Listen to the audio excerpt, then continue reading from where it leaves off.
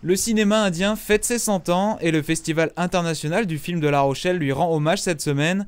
Loin des clichés de la comédie musicale édulcorée, les films présentés portent tous un regard singulier sur la société indienne, une façon de montrer autre chose que les œuvres populaires de Bollywood, taillées pour le public occidental. Mais nous préférons nous attacher à des jeunes auteurs qui donnent une autre image de l'Inde et surtout une image moins paradisiaque, puisque si l'Inde était un paradis, ça se saurait.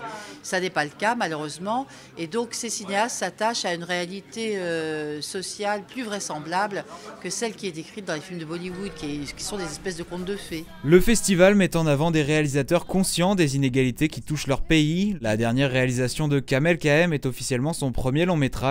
Cet héritier ouvre une fenêtre sur une Inde à 2 vitesses. J'ai remarqué que le centenaire du cinéma indien était plus célébré à l'étranger que chez moi en Inde. Ça a été l'occasion de présenter des films plus sérieux, plus engagés. Mais en Inde, je regrette qu'on n'ait pas profité de cet événement pour mesurer et utiliser la portée politique du cinéma à des fins sociales.